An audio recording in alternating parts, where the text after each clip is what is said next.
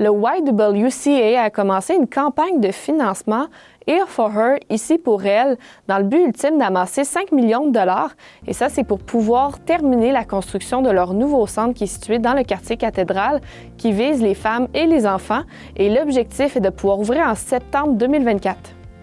Ça fait plusieurs années que le projet est parlé et le début des travaux a commencé officiellement en 2022.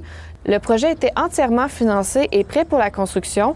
À ce moment, le projet s'élevait à un peu plus de 54 millions de dollars, mais l'inflation a fait en sorte que la valeur a monté à 70 millions de dollars.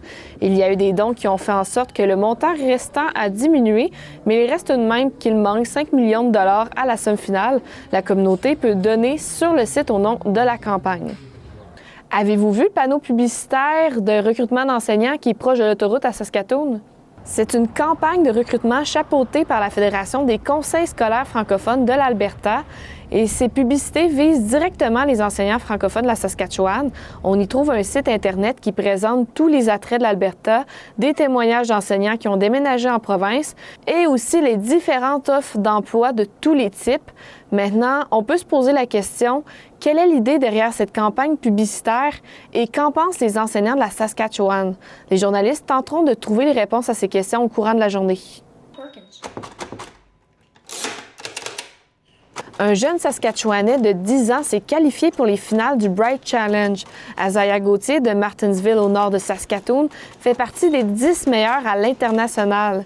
Dans le cadre de la qualification, il y a 50 candidats qui ont été choisis parmi plus de 1000 personnes. Il a su se démarquer en orthographe braille, en lecture et en rapidité. Isaiah souhaite inspirer les personnes malvoyantes ou bien ceux vivant avec un handicap à ne jamais abandonner leur rêve et que tout est possible. Il estime aussi que toutes les personnes qui ont besoin d'apprendre le braille devraient y avoir accès facilement.